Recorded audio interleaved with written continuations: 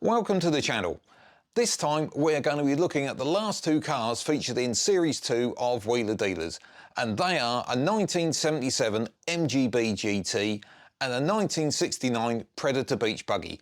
And remember, stay to the end because we've got a quick update about one of the cars from an earlier series.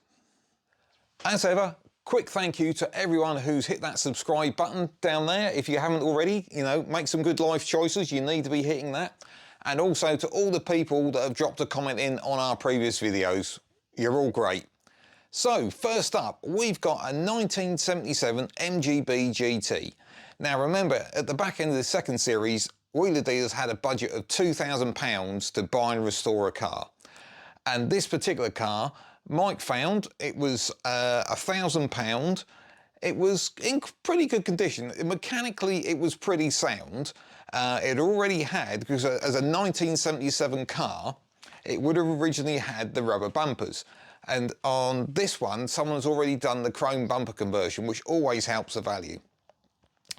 Unusually, for those of you not aware, the registration number looks a bit odd. That BIW is because it was a Northern Ireland registration on that car. And overall, apart from that slightly odd coloured orange bodywork, it wasn't a too bad a car.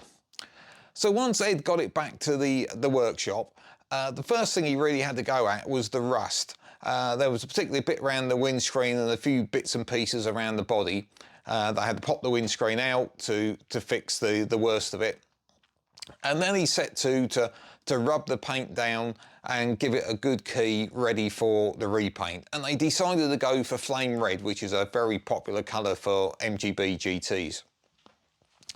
Now the other job that Ed got involved with was rebuilding the seats because they'd all gone a bit soggy and floppy, and it had that very sort of late 1970s deck chairish kind of fabric, which Ed had replaced with more traditional black covers, which sort of suited the era of the chrome bumpers on the car as well.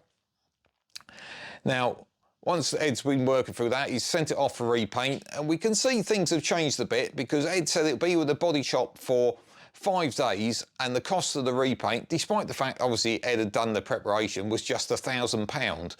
Imagine trying to get that done nowadays. And Mike's contribution was he went off to the MG Owners Club and got a set of refurbished Rose styles in that nice sort of black and silver paint job. Now, they brought all these bits back together, and the one thing that does make me chuckle, if you look under any comments of these videos on the original Wheeler Dealer things, everyone gets excited about this. The rusty nuts that Ed used to put the wheels back on with once they were all refurbished. People do get excited about the smallest things. So anyway, Mike managed to sell it. So how did they do? Well, as I said, the original car was bought for £1,000. They spent £1,600 on it, and they managed to sell it for £2,850. So that was a profit of just £250, which doesn't really seem a lot for all that effort, but that's Wheeler Dealers. So let's wind the clock forward to 2023. How does it look now? Well, it hasn't gone up spectacularly. Obviously, MGBs were supplied in massive numbers. And that car today, using my usual reference of condition 1 from Practical Classics magazine valuation, is £5,250. So that car has gone up, but only by £2,400, which compared to a lot of the other cars we've seen, that's not really that much. Well, now for the bit you're all here for, and what's happened to that car. But first, we've got big news here at Oscar's Garage. We've got ourselves a sponsor!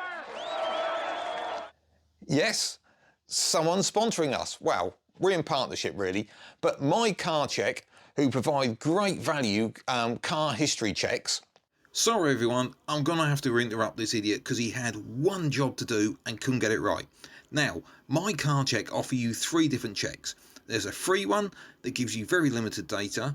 You've got the basic one at $3.99 that gives you all the key information you need about a car, and for $9.99 you get their comprehensive check, which gives you all the information they hold on a car. So let's see what they've got to say about this first one. So this 1977 car was actually registered in 1980. Now, as it's on Northern Ireland plates, it could have been that it was, how should you say, exported from the mainland to Northern Ireland and re-registered over there, hence that differential in time. Now, the current owner has had that car since 2008. So it's been under ownership for a while, and the previous owner actually acquired it in July 04. Now, that suits the timing of the programme. So I would suggest that, you know, 2 or 3 months before the programme aired is the time you would expect somebody to buy it. So I reckon that's the Wheeler Dealers sale there in July 04. Now, electronic MOT records came in 2006, and this one was MOT'd in 06, 07, 08 and 09. And then this happened. Yep, shows you could always do a good car check. Look at this one, it's actually been reported stolen, and that was on the 6th of May 2010. So we're not quite sure exactly what's happened thereafter. It's registered as though it's had a payout, but it's not been recorded as scrapped or anything like that. And the tax on it ran through until January 2011. Now, obviously, that's the black and white detail. What have I found on the forums? Because you know I like to go digging around on those. Now, the main one I came across was on an RMS forum which is based in Northern Ireland. And there was a 2011 post there from somebody called Pete J. And he said that his father had actually bought the car from the show. So you can say this is a genuine buyer. However, he was unable to go and collect it. So he had to send a friend over, who was the person who actually appeared on the programme, sort of negotiating and buying the car. So that's pretty close, I think, to a real buyer, because I know a lot of you out there have been cynical that there aren't any. And he then reposted again in 2016 to say that his father still owned it. Now, both of those are obviously after that stolen report, so not quite sure how that all fits together. And the other thing is we did reach out to Pete J to see if he could give us some more detail, but unfortunately we didn't hear back, so unfortunately I can't fill any more out on that one. And the other thing we found was this advert here on the SMR Classic Car sales website, where they had actually had the car for sale, and something's obviously happened with it through there. And again, we reached out to SMR, but unfortunately we couldn't get any response for them, so can't tell you any more than that. It, I believe, is hopefully out there somewhere, so if you know any more, please do get in touch. So on to the last car of Series 2, and that is a 1969 Beetle that was turned into a beach buggy. Now, we've got a bit of story with this one, so you need to pay attention. Now, this programme was first aired on the 16th of September 2004, and Mike went out allegedly looking for a Beetle to restore, and he comes across in a big building this old Beetle covered in straw, and he was told it was a good running one, and this guy turns up and talks to him about it, gets it started, and Mike calls back to Ed and says, oh, you know, Ed says, bring it back, we can do something with it. Now, I've got a little bit of background. Now, normally I put all this stuff at the end, but there's a bit of a story to tell with this one. That I'd found several posts that suggested this car, FTD 234J, was actually owned by Ed China.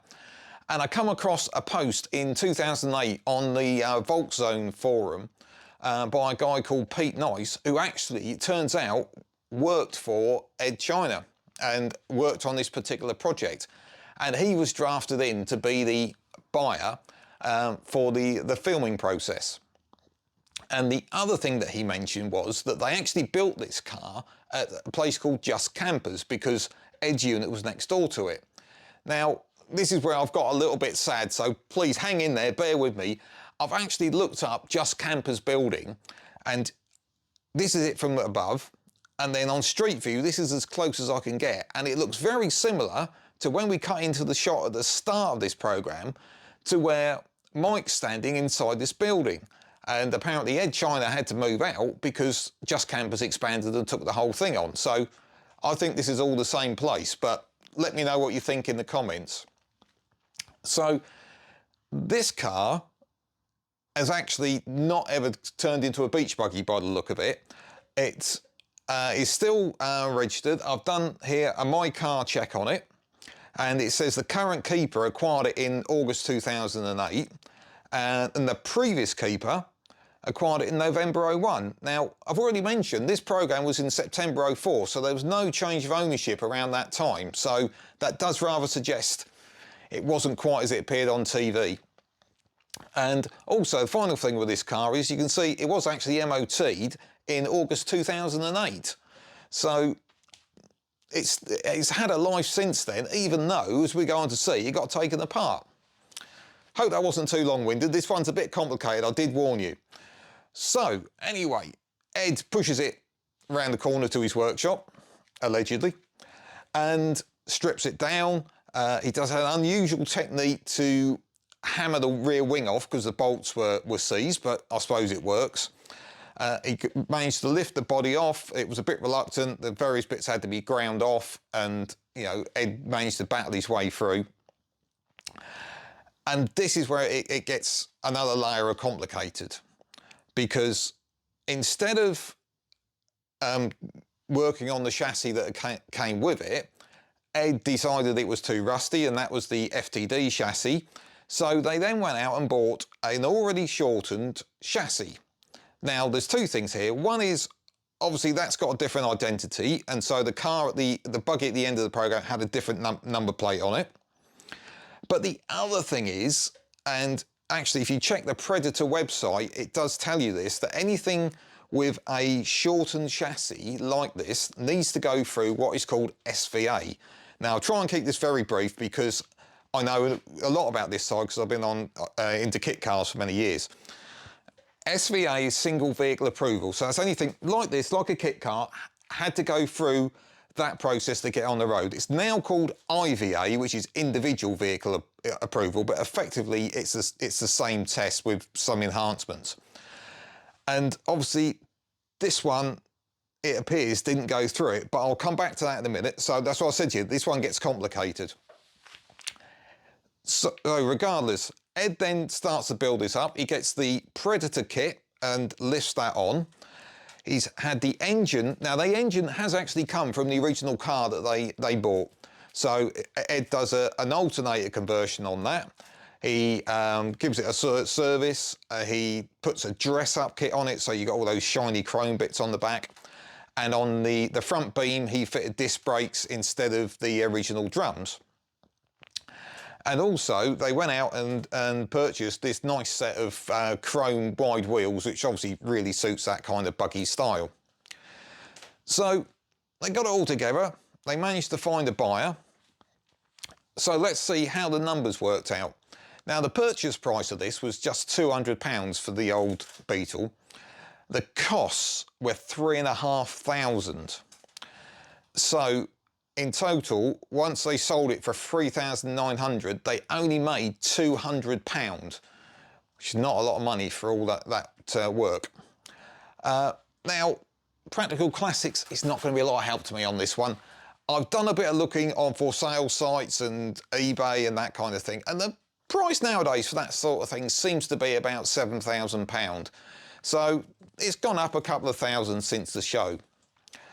But there's a few other little golden nuggets in here as well, and this is going back to Pete Nice, who posted the information about where the car came from. Is that apparently they had to work late into the night for many days to get this car finished. And not only that, when you see at the end of the program Mike ragging it around here on the beach, none of the electrics were wired up. It was just to make it look okay. Now, you're going to want to know the next bit, because this is where it gets really interesting. So looking at My Car Check, that's going to give us the basis for the information, at least to get us going on this one. And this car was sold as UPW 450H. So I'm assuming that is the registration number with the chassis that was shortened that they bought to complete the project. And as you can see on here, it's still registered as a VW Beetle. But there's one very interesting bit when you dig down, and this is the detail that you don't get looking on government websites, and you need a proper car check like this to find out. When you look at body style, any other VW Beetle is down as a saloon. This one is down as a light 4x4 utility body style. My guesswork, choosing my words carefully, is that they managed to circumnavigate SVA and actually just had the body type changed as though the chassis hadn't been modified. And it's the modification of the chassis which triggers the requirement for SVA at that time. So we're going to have a look back also on here at when buying and selling has happened on this car. Now, the current owner acquired it in June 2004. Now, that fits very well with the filming time. So, you know, it was aired in September. So, for it to be filmed somewhere before June, same year, seems about right, doesn't it? And the previous owner to them acquired it in May 04. So, there's about a 6-week period there, which was their chance to build the car, which... that sounds absolutely spot on to me, so that all fits quite nicely. So things are fitting quite well. So let's have a look at the MOT history and see, we've got a lot on my car check here of the MOT history, and it was MOT'd in 2008, 2010, 11, 12, 2014 and 2017.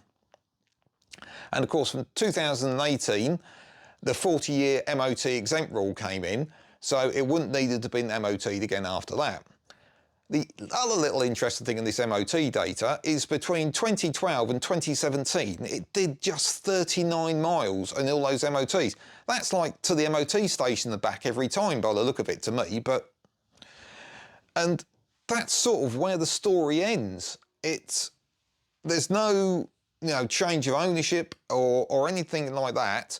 And it still shows on the DVLA website that the MOT's expired. So, no idea. I've got a couple of little interesting stories from my dig around the forums. And we're on to Piston Heads, which is one that's got a lot of Wheeler Dealers information. And Smiley Mikey posted on that back in 2012 that apparently the buyer that was seen on the television for this car was actually one of his neighbours just 3 doors away from him. And he knew the guy quite well, apparently. He never mentioned he'd bought this car, and Smiley Mikey never saw it at his house. But interestingly, he was a TV producer. I'll let you make your own stories up from there. And then finally, we'll go back to Pete Nice, who has supplied us with a lot of posts that have helped us with this story. And he says eventually that car in reality was sold to one of the directors of the Wheeler Dealers programme, and it went for just £2,500. And now, the little bit we put at the end to try and stop you clicking away, a little update on the Toyota MR2 story that was featured earlier in season 2. Now, when I was digging around on the Volkszone forum, I found a couple of interesting posts about this car. Now, a lot of you will remember Dick, who was the guy that did the painting on the cars in the sort of early series of Wheeler Dealers. Now, somebody called Big D back in 2008 posted that they had actually used Dick for quite a lot of paintwork, and actually were aware that Dick had painted that wing that Mike allegedly found in the scrapyard. And I've seen quite a few comments from people elsewhere who said, well, that was a bit of luck finding that nicely painted wing in the scrapyard. Maybe it was a bit too convenient. And secondly, and we should leave the last word to Pete Nice, who's done so much to help us out with this video with his old posts, remember the alloy wheels on that MR2 which Ed was polishing out in the farmyard? Well, apparently one day they were filming Ed, buffing these up with a wire brush. Next day, a fully professionally refurbished set of wheels turned up. You can't believe everything you see on TV. Hope you've enjoyed it. Please hit that subscribe button and see you next time.